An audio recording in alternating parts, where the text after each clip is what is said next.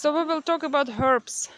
Yes, Yeah. we'll talk about herbs. I'm just gonna put these away for now. So, main herbs in the garden.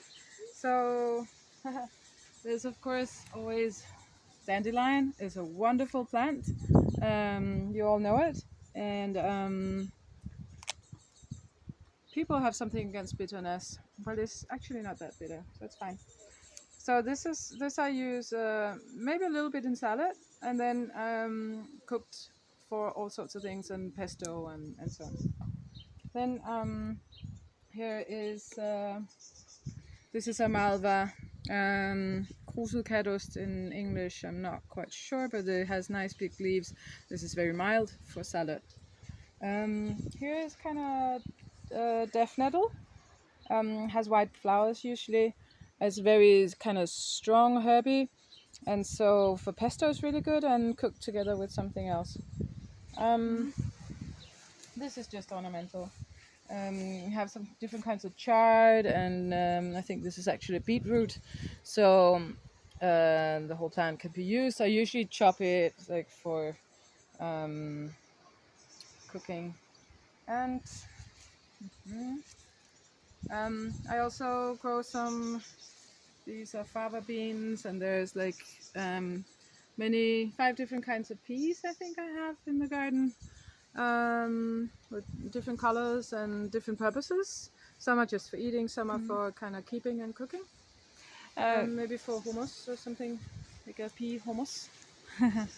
Because, well, if you want to avoid importing chickpeas, then growing your own peas. This is an engelert.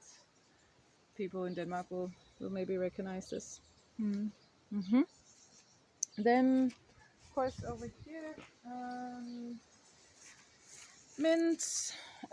This is sweet Sicily. Can be used for salads and so on. And my all-time favorite, stinging nettle. So trick to harvest is go like this. Then you're fine. It doesn't burn you. But don't eat it like that. That will burn. This one, you all know as well. I don't remember the English name for it, but it sticks to everything. It's a little unpleasant to eat like that, but in a pesto it's actually really nice taste of peas. And let's see, this is gonna have berries quite soon. This is Japanese wineberry, a little known. It's in Denmark. It's in family with um, bramble blackberry. So here is I don't want to remove everything here because I also have here's some potatoes, cabbages, onions, lettuce, that kind of thing, and also grow a little bit of corn. Why do you cover it? Is it for This like is for the cabbage fly mainly. The cabbage white fly? cabbage fly, Okay. which is a butterfly. It looks nice, but yeah, there's enough eating my cabbage. We have a lot of slugs this year, Siberian killer slug. So yeah, that's not so good. So we can go into the forest garden a little bit. This one, Stoltenbergs gåsefod. It's kind of a little bit related to quinoa or something. I like the leaves, and you can also eat the seeds when they're ripe. They're a little bit more ripe, but they have some saponins, so you need to kind of chew that first. Let's see. Is it perennial? Yeah, this is a perennial. Okay, Yeah, great. it's one of the very used and known permaculture plants. Yeah. Or not only permaculture, but it's kind of a little bit of a forgotten vegetable, and then permaculture has been quite good at bringing it back, I think. Something not to eat is this one, Kermesbær in Danish. It's beautiful. It's kind of has followed me from my parents' garden to many different gardens to here. So yeah. I tried berries. Okay, and you didn't die. No. Good, but they are they're toxic actually. Okay. Or they are strongly medicinal, I should Okay. say. They're strongly medicinal. They do some research at the moment, I'm told, on this one, to boost the immune system. So if you have AIDS, HIV/AIDS, or maybe cancer, I'm not, yeah, not quite sure about this, but then it might stimulate your immune system so that you can overcome or lessen the effects of Okay. cancer. But it's a very small window. Either it doesn't work at all, or it's too much and you have liver damage or something. Anyway, um, hosta is edible leaves. Now it's a little bit too late in the season, I think. Yeah, maybe the young ones, but okay, it's not the best right now. All the kind of hosta. All kinds of hostas. Okay. Okay, I think so. Then there is this is daylily. This is kind of this color. It's yeah, there will be more blooms soon. So the whole thing is edible. I want to taste it actually. So good. Then this one, sedum. I like to eat the leaves also.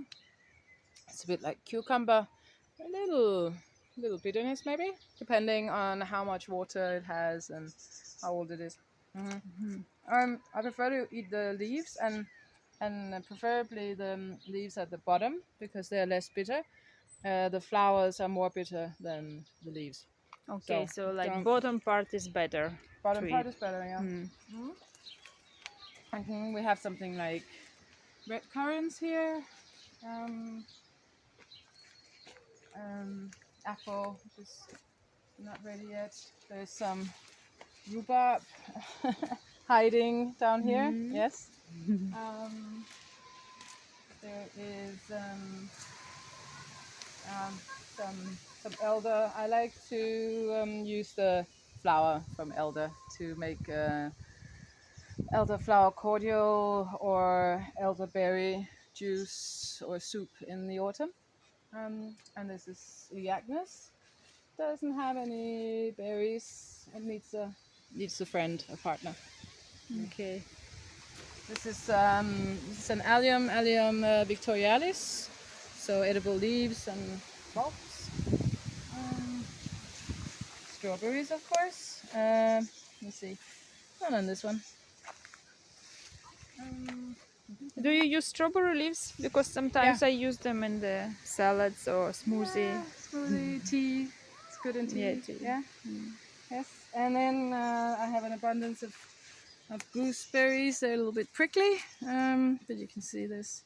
It's a lot this year. They're very nice. Still a bit sour, so you can kind of use them maybe as a replacement for lemon, so you don't have to import lemon. And this is a Sichuan pepper tree. So the little peppers will come here. I don't know if you can see that. But the leaves are also very aromatic. Has a very distinct smell. Very how to say that? Well, very good with soups and also in herbal tea. And So leaves as well herbal salt. can Yeah. be used. Yeah. Okay. Yeah, exactly. And what else? Brambles coming in here. We have some berries on this one, but I try to limit it because it gets very, very big and very much too much. Hazel, but not bearing fruit just yet. Blueberries here, but they're a little bit small. There will be some berries on this one, but you have to wait for them. Okay. Here is it's a fennel, and this is lovely, like this licorice and taste. Another one of my all-time favorites is also the the ground elder. This is super good, especially this is a little bit old, but like if you take some of the very fresh leaves like this, this is yummy. It's so tender, and it tastes nice, I think. I cannot make focus on it. Yeah, that doesn't matter. Yeah, Okay. I know them. Yeah. They are kind of aggressive if you Yeah. allow them to spread to be in the garden. Yeah, they are. But if you can't beat them, eat them.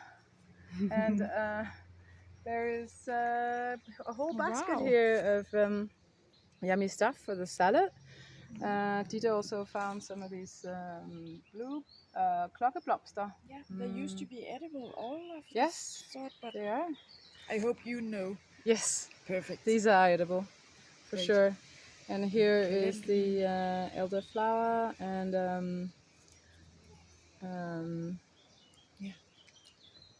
Cecily. Yeah, yeah. Yeah.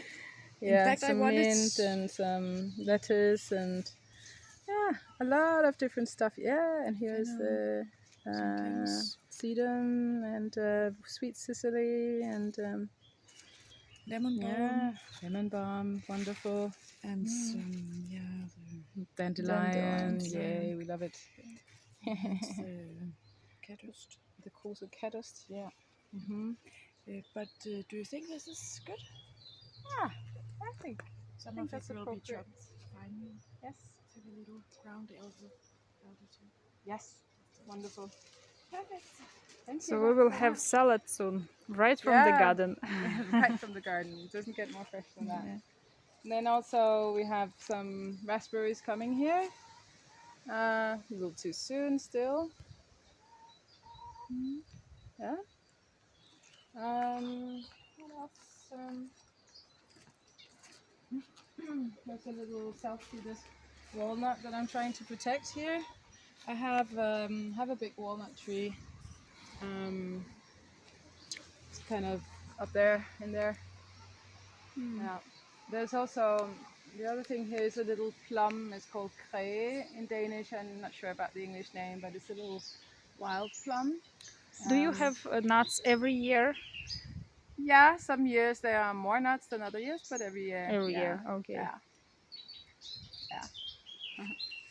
Unless the crows get them before me. But there are too many. And here, this one is just a berry. They need to be like dark blue, almost black before they're ripe. And another one, honeyberry or Juneberry maybe. Yeah, looks good, eh? Yeah. It's coming. Yes, and hello. Yeah. You found a strawberry. We have some strawberries here. I have both like normal, like big variety, and also the forest garden strawberry varieties. And here is a mulberry. This is black and red mulberry. Yeah, you can see there's a few getting ripe here. And then looking forward to the fruits of that. Oh yeah, here. These are actually white strawberries, white forest strawberries. So this one is ripe. Oh wow. But it's to disturb the birds so they don't. Well, white is not the color that they go for. So it's not attractive for them to eat them. No. So in the greenhouse, there's more of this big malva, which is like a really lovely salad plant. And then tomatoes are not ready yet. But then I have something like this one. This is called a Malabar spinach, and I'm looking forward to it growing some more, get big. It seems like the leaves are really. Can I try? Maybe not there. Maybe There, okay. Can try a little bit of this one. kind of Very juicy. very juicy and kind of crispy. But the slugs have been quite hard on it, so I'm trying to make it grow a little bit bigger. And then some different kinds of basil. This one is really pretty, I think. And some poppy as well. I use the seeds for baking or something like that. Yeah. And the vine on top. Yeah, so can use the leaves. You gave me a good recipe of rolling them in with some rice inside and then frying. I think that sounds really nice. I want to try that. And I like the grapes, of course. And then there's also I'm curious about this one. yeah. This I got from Sweden, from Philip Weiss, another very fantastic permaculture forest gardener, and he called it a star malva. So yeah, that's the name I know it by. It's also like the other malva with the big leaves. It's very mild and very good for salad. Yeah. And I tasted it, and it tastes like something. I don't know how to say.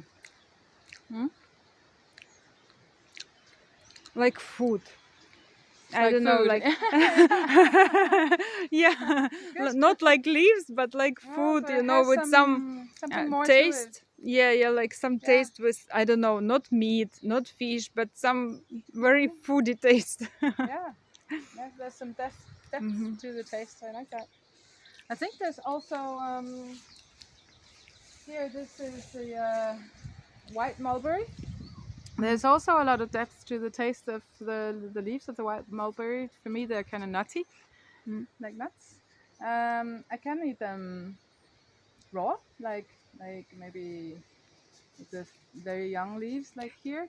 I like that. Just chop them a little bit. So, but like a full, I can easily eat that too. But or else, if you find it a little bit too hard or something, you can fry them also. That's also Okay. super nice. Only from white mulberry or Yeah. any? Yeah, the Okay. white mulberries are the best Okay. because, well, the story is that it was grown for silkworms, so it has a high content of protein in the leaves, and this is really nice, and you can kind of, yeah, it's kind of foody as well. And the other, like the black and the red mulberries, they're a bit more just like a tree leaf, I think. This is more like a salad, yeah. Then flowering here, I really love these flowers. They're so pretty right now. It's yeah, again, the name escapes me, but you use the leaf earlier in the year before it starts flowering like this. Now it's a little bit too much, but in Danish it's Jorkastanje. So the taste is somewhere between lovage and parsley or something like that. So I like to use it also in the herbal salt, or put a leaf like this with the potatoes that you boil. That's really nice. Yeah. What else? There is also, here is a little nelliklokke in Danish. It's related to the bell, the blue flower we saw before. Just a different color, I think. As I remember, it's white. And that's also a nice edible for the leaves. Yeah. I think that's what I have here. We could go to the other side a little bit. There's some more herbs coming through. My drying rack for herbs. Oh, Christmas tree. Christmas tree. Yeah.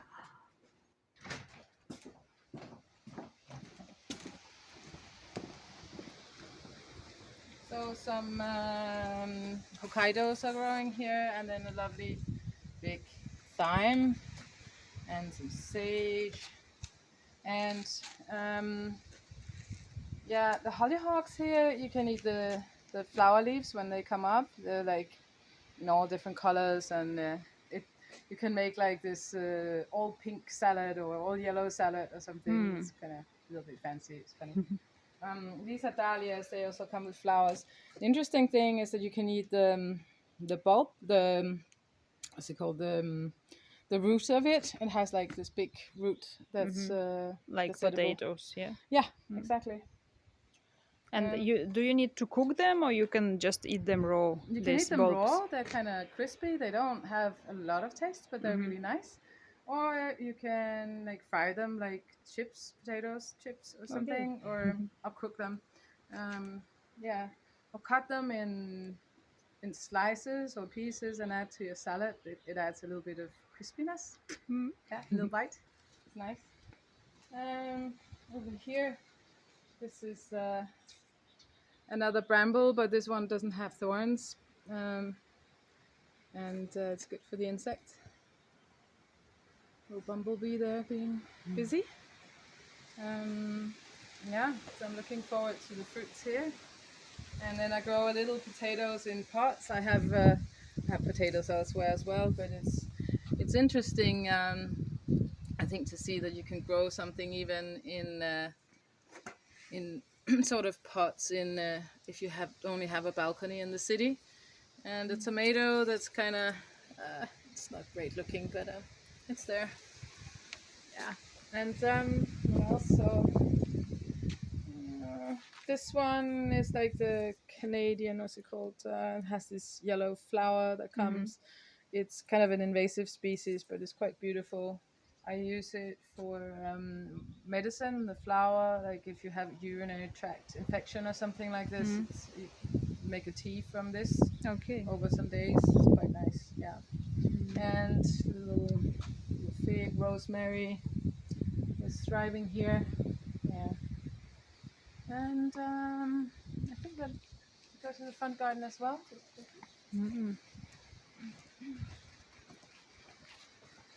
Roses. I like the yellow one. Yeah. And Lots of figs lots of figs this here. year. Yes.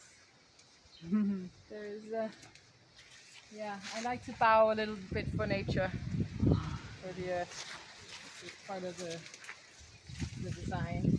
Oh, meeting place. Here is this is Distorta pescaria, and it also has edible leaves. It's quite nice. Doesn't have a lot of taste, but yeah, I've cooked with something else. It's good. This is geranium.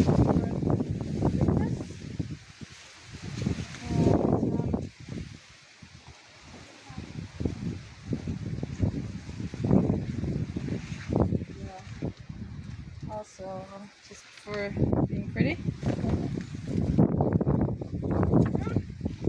And some more Elaeagnus. I hope to have some berries on. And what else? Peach tree. So this is With some peaches. yeah, coming. Yay. The frost came in a very bad period where it was just flowering and there was like this hard frost, so I didn't know if I would have any peaches at all, but a few, so I'm looking forward to that. And here we are on the very sunny side of the house, and it's always warm, and that's the warmest place. Yeah. So good for peaches, actually, and for Yeah, figs. and for the figs, yeah. Yes. That's it. Yeah. Thank you very much for excursion. You're welcome. You have so many edible stuff in the garden. And there are more, but it's difficult to show you everything.